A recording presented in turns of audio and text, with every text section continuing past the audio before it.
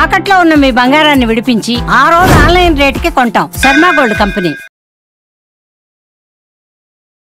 నమస్కారం, సుమన్ టీవీకి స్వాగతం. ఈరోజు మనతో పాటు ఉన్నారు ప్రముఖ జ్యోతిష్యులు, జ్యోతిష్య రత్న, జ్యోతిష్య చక్ర వైభవ నిపుణులు డాక్టర్ రాళ్లపల్లి రవికుమార్ గారు. వారితో మాట్లాడదాము, మరిన్ని విషయాలు జ్యోతిష్యం గురించి తెలుసుకుందాం. గురువుగారు నమస్కారం అండి. నమస్కారం.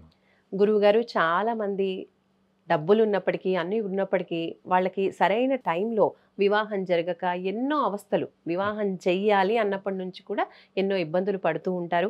ఇంకొంతమంది వివాహం జరిగిన తర్వాత కూడా ఆ వివాహం వల్ల కొన్ని ఇబ్బందులు ఎదుర్కొంటూ ఉంటారు. ఈ క్రమంలో మనం వివాహానికి సంబంధించి ఏమేమి దోషాలు ఉంటాయి, వాటికి ఎలాంటి పరిహారాలు జ్యోతిష్యపరంగా ఉంటాయి అనే విషయాలు మీ ద్వారా తెలుసుకోవాలనుకుంటున్నాం గురుగారు. తప్పకుండా. సో ముందుగా మనకి వివాహం అనగానే జాతకంలో ఫస్ట్గా చూసేది ఏంటంటే ఏమైనా దోషాలా ఉన్నాయా అని చూస్తూ ఉంటారు కదా.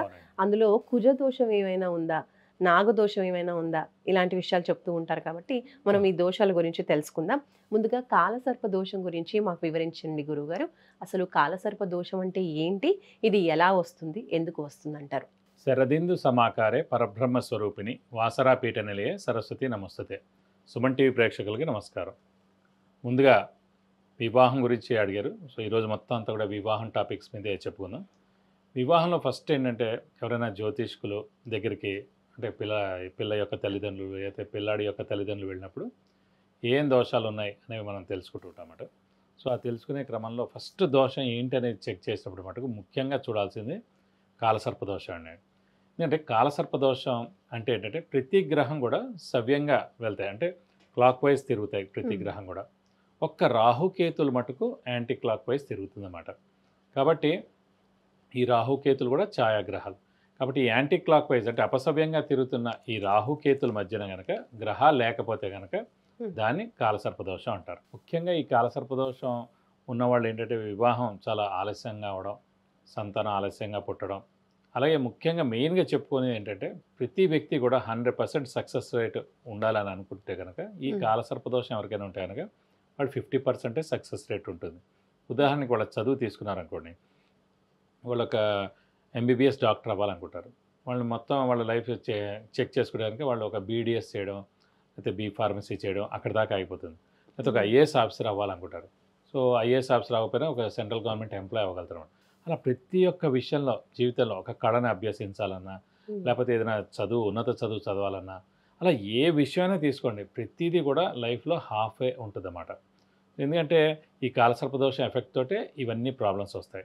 ముఖ్యంగా ఈ కాలసర్పదోషం కూడా 27.5 ఇయర్స్ నుంచి 30 ఇయర్స్ దాకా ఇంపాక్ట్ ఎక్కువగా ఉంటుందండి. సో ఈ వివాహం ఎవరైనా అవ్వాలన్నా కూడా 27.5 ఏళ్ల తర్వాత వివాహం చేసుకోవాలి, లేదంటే 30 ఇయర్స్ తర్వాత వివాహం చేసుకుంటే కనుక ఎలాంటి ఇబ్బందులు ఉండవు. ఎందుకంటే ముఖ్యంగా ఈ కాలసర్పదోషం వల్లనే భార్యాభర్తల మధ్యన దెబ్బలాటలు రావడం, మనస్పర్ధలు రావడం, కొట్టుకోవడం, విడిపోయేందుకు కూడా చిన్న చిన్న అవకాశాలు కలిగించేందుకు అవకాశాలు ఉంటాయన్నమాట ఈ కాలసర్పదోషం వల్ల. కాబట్టి ఈ కాలసర్పదోషం వల్ల చాలా ఇబ్బందులు ఉంటాయి. ముఖ్యంగా తల్లిదండ్రులు ఎప్పుడైనా జ్యోతిష్కుని అడిగినప్పుడు వివాహ విషయంలో మటు ఖచ్చితంగా ఈ కాలసర్పదోషం ఉందా లేదా అని మటు ఖచ్చితంగా కనుక్కోవాలి. కాబట్టి ఈ వివాహ విషయంలో మెయిన్ అంటే వివాహం ఆలస్యం అవడం, ముఖ్యంగా వివాహం తర్వాత సంతానం ఆలస్యంగా పుట్టడం, సంతానం పుట్టినా కూడా ఇద్దరు అమ్మాయిలే పుడతారు, అంటే పుట్టడమే లేటుగా పుడతారు, పుట్టిన అమ్మాయి పుడుతుంది అన్నమాట. సో ఇలా చాలా ఉంటాయి. మళ్ళీ ఇది క్యారీ ఫార్వర్డ్ కూడా అయ్యేందుకు అవకాశం ఉంది నెక్స్ట్ పిల్లలకు కూడా, పుట్టిన పిల్లలకు కూడా వెళ్ళే అవకాశం ఉందంటారు. అందుగురించి కాబట్టి జాగ్రత్తగా మ్యాచ్ వేకి అంటే వివాహ పొంతన జాగ్రత్తగా చూడడం. వివాహ పొంతన మామూలుగా వివాహ పొంతన అంటే నక్షత్రాలు అనుకుంటారు అందరూ. ఒక నక్షత్రం నుంచి ఇంకో నక్షత్రానికి ఎన్ని పాయింట్స్ వచ్చాయి, 18 మినిమం వస్తే చాలు, 36 హైయెస్ట్, సో 18 నుంచి 36 దాకా వస్తే అది కాదండి. ముఖ్యంగా ఏంటంటే నక్షత్రాలు అనేది మెయిన్గా మనసుకు సంబంధించింది. మనసులు వాళ్ళిద్దరూ కలుస్తారు. అది అయిన తర్వాత లోపల మళ్ళీ చదువు ఉందా లేదా, ఉద్యోగం ఉందా లేదా, ఉన్నత ప్రమోషన్స్ వస్తాయా లేదా, అలాగే ఏమైనా అలవాట్లు ఉంటాయా, అలాగే సెకండ్ మ్యారేజ్ ఏమైనా ఉందా, డైవర్స్ ఉందా, అలాగే యాక్సిడెంట్ ఏమైనా ఉందా లైఫ్లో. ఎందుకంటే వివాహం తర్వాత పెళ్ళైన తర్వాత యాక్సిడెంట్ అయింది అనుకోండి, చనిపోయాడు అనుకోండి, అయితే ఏ కాలో విరిగిపోయింది అనుకోండి, దేనికి అంటే మేజర్ నష్టం జరిగింది అనుకోండి, అప్పుడు చాలా లైఫ్ కష్టం కదండి. కాబట్టి యాక్సిడెంట్ ఉందా, ఆరోగ్యం బాగాలేదా, ఆయుష్ తక్కువగా ఉందా, ఇవన్నీ మళ్ళీ డీటెయిల్గా ఆరోస్కోప్లోకి వెళ్ళి ప్రతి ఒక్క పాయింట్ చెక్ చేసి అప్పుడు మ్యాచ్ మేకింగ్ చేయాలన్నమాట. కాబట్టి కాలసర్పదోషం అన్నమాట చాలా పెద్ద దోషం కిందే పరిగణించాలి. ఓకే, మరి ఇటువంటి దోషం ఉన్న వాళ్ళు ఏ పరిహారాలు పాటించాలంటారు? ముఖ్యంగా మీరు అన్నారు ఇందాక వివాహం టైంలోనే ఇవన్నీ చూస్తూ ఉంటారు, దోషం ఉందా లేదా. కానీ లైఫ్లో వచ్చేటువంటి ప్రతి విషయంలో 100% సక్సెస్ అవ్వాలని కష్టపడినప్పుడు 50% అవుతున్నప్పుడు వీళ్ళు ఎలా గుర్తించవచ్చు? ఇప్పుడు వివాహం టైంలోనే కాకుండా అంతకు ముందు కూడా జాతకం చూయించుకుని పరిహారాలు పాటిస్తే ఈ పరిష్కారాలు అంటే ఈ సమస్యలు పరిష్కారం దొరుకుతుందంటారా? తప్పకుండా అండి. ముఖ్యంగా మటుకు ఎందుకు ఎక్కువగా కాలసర్పదోషం గురించి చూడాలంటే, ఫస్ట్ ఆఫ్ ఆల్ ఆల్రెడీ అతనికి కాలసర్పదోషం ఉన్నప్పుడు అతని సక్సెస్ రేట్ అతని లైఫ్లో 50% ఉంటుంది. మన అమ్మాయిని ఆ అబ్బాయికి ఇచ్చి చేస్తున్నప్పుడు వివాహం చాలా జాగ్రత్తగా చేయాలన్నమాట. ఎందుకంటే అంటే అబ్బాయిది ఆల్రెడీ అంటే మన అమ్మాయికే కాలసర్పదోషం ఉందనుకోండి, ఆ వచ్చే అబ్బాయిది మనం ఒక 80-90% హారోస్కోప్ ఉన్న వ్యక్తిని చూడాలి. అంటే ముఖ్యంగా సప్తమ స్థానం అంటే భర్త లేదా భార్య స్థానం చాలా బాగుండాలి. అలాగే ముఖ్యంగా అంటే మనం ఇందాక ఏం చెప్పుకున్నాం, భార్యాభర్తల మధ్యన గొడవలు కానీ మనస్పర్ధలు కానీ చిన్న చిన్న గొడవలతో విడిపోయేందుకు అవకాశాలు కూడా కొంచెం 10% ఉంది. కాబట్టి సప్తమ స్థానం అనేది చాలా బాగా ఉన్న స్థానం అబ్బాయిది తెచ్చుకున్నాం అనుకోండి, అప్పుడు ఆ దోషం దీంతో కొంచెం తగ్గినట్టు. అలాగే 27.5 ఏళ్ల నుంచి 30 ఏళ్ల దాకా, సో 27.5 years తర్వాతైనా పెళ్లి చేయాలి, అంటే 30 years తర్వాతైనా పెళ్లి చేస్తే కొంచెం దోషం తగ్గినట్టు. అలాగే సంతానం కూడా ఆలస్యం అవడం, సంతాన నష్టం జరగడం, పుట్టిన అమ్మాయి పుట్టడం అది కూడా లేటుగా పుడతారని అనుకున్నాం. కాబట్టి సంతాన స్థానం అబ్బాయి దాంట్లో చాలా బాగుండేలా చూసుకోవాలి. అప్పుడు సంతాన స్థానం అబ్బాయి చాలా బాగుందనుకోండి, ఈ దోషం తగ్గుతుంది అన్నమాట. సో ముఖ్యంగా సప్తమ స్థానం భర్త లేదా భార్య స్థానం అనేది మెయిన్గా చూడడం, పంచమ స్థానం అనేది సంతాన స్థానం అనేది చాలా బాగుంది అనేది చూసుకోవడం.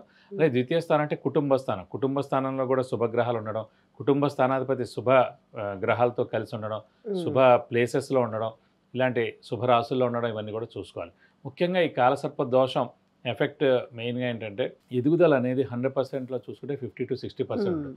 అదే మనం తెచ్చుకునే అబ్బాయి జాతకం 90% తెచ్చుకుని మిగతా ఇవన్నీ కుటుంబ స్థానం, సంతాన స్థానం, వైవాహిక జీవిత స్థానం ఇవన్నీ బాగున్నాయి చూసుకున్నానుకోండి, మనది కూడా ఈ 50-80%కి ఎలివేట్ అవుతుందండి. మినిమం 75% అన్నమాట.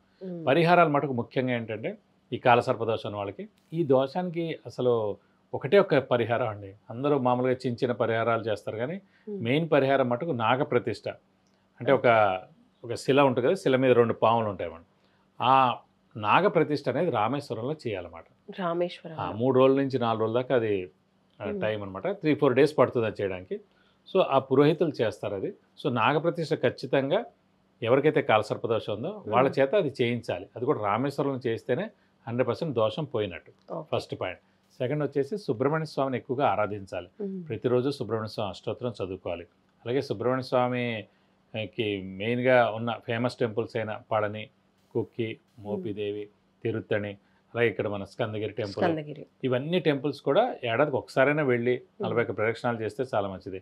కనీసం ప్రతి మంగళవారం వెళ్ళి, అంటే ఈ దోషం ఫుల్గా ఉంది, వివాహం అవ్వట్లేదు, సంతానం కలగట్లేదు, ఖచ్చితంగా ప్రతి మంగళవారం వెళ్ళి 41 ప్రదక్షిణాలు చేయాలి. అలాగే ప్రతి మంగళవారం కూడా ఉపవాసం ఉంటే చాలా మంచిది. అంటే మనకి కనీసం పెళ్ళి అయ్యేదాకా, అంటే పెళ్లి కాని వాళ్ళైతే కనుక పెళ్ళయ్యేంత వరకు, పెళ్ళైన వాళ్ళైతే సంతానం కలిగేంత వరకు ప్రతి మంగళవారం ఉపవాసం ఉండడం. అలాగే పొట్లకాయ కూడా అసలు తినకూడదు. నేను పొట్లకాయ అనేది ఒక పాము ఆకారంలో ఉంటుంది. సో మనం కట్ చేసేటప్పుడల్లా ఒక పాముని చంపిన దోషంలా ఉంటుంది. అంటే ఈ దోషం ఉన్న వాళ్ళకి, బట్ వాళ్ళు తినకుండా ఉన్నారనుకోండి, వాళ్ళకి చాలా మంచిది. ముఖ్యంగా ఆరోగ్య రీత్యా కూడా బాగుండాలన్నా కూడా ముఖ్యంగా సుబ్రహ్మణ్య స్వామిని ఎక్కువగా ఆరాధించాలి. అలాగే సుబ్రహ్మణ్య స్వామి అష్టోత్తరం రోజు చదువుకుంటే మంచిదన్నాం. అలాగే సుబ్రహ్మణ్య స్వామికి హోమం మరియు అభిషేకం, నేను చెప్పిన ఈ ప్రముఖ దేవాలయాలు ఎక్కడైనా సరే, మోపిదేవి కానివ్వండి, స్కందగిరి కానివ్వండి, తిరుత్తని కానివ్వండి, కుక్కి సుబ్రహ్మణ్యం కానివ్వండి, ఎక్కడైనా సరే హోమం మరియు అభిషేకం ప్రతి సంవత్సరం ఒకసారి చేయిస్తే చాలా మంచిది. అలాగే ఎలాంటి దోషం ఉన్నా కూడా ఇంక ఈ దేవుడిని పట్టుకుంటే కనుక అన్ని విధాలా బాగుంటుంది. సో కాలసర్ప దోషానికి మటుకు మెయిన్గా నాగప్రతిష్ఠ చేయించడం, సుబ్రహ్మణ్య స్వామి ఆరాధన చేస్తే కనుక అన్ని విధాల దోషాలన్నీ తొలగిపోయి వారికి మంచి వివాహం అవుతుంది. అలాగే మంచి సంతానం కూడా కలుగుతుంది. ఓకే, ధన్యవాదాలు గురుగారు. నిజంగా చాలా మంచి విషయాలు తెలియజేశారు. ఎంతోమంది ఇలా ఇబ్బందులు పడుతూ ఉంటారు, కానీ ఈ దోషం వల్ల అనే విషయం తెలియకపోవచ్చు. కాబట్టి తెలుసుకొని తొందరగా దోషానికి సంబంధించిన పరిహారం పాటించినట్టయితే ఆ సమస్యలన్నింటికి కూడా కాస్త ఉపశమనం పొందే అవకాశం అనేది ఉంటుంది. చాలా చక్కని విషయాలు తెలియజేసినందుకు ధన్యవాదాలు గురుగారు. అలాగే మరికొన్ని విషయాలు మనం జ్యోతిష్యం గురించి, అలాగే వివాహం ఆలస్యం అవుతూ ఉంటే ఎటువంటి దోషాలు ఉంటాయి, ఎలాంటి పరిహారాలు పాటించాలి, ఇలాంటి విషయాలన్నీ కూడా మనం మున్ముందు వీడియోస్లో తెలుసుకునే ప్రయత్నం చేద్దాం. మరొక మంచి టాపిక్తో మళ్ళీ మనం కలుసుకుందాం. చూస్తూనే ఉండండి సుమన్ టీవీ. నమస్కారం.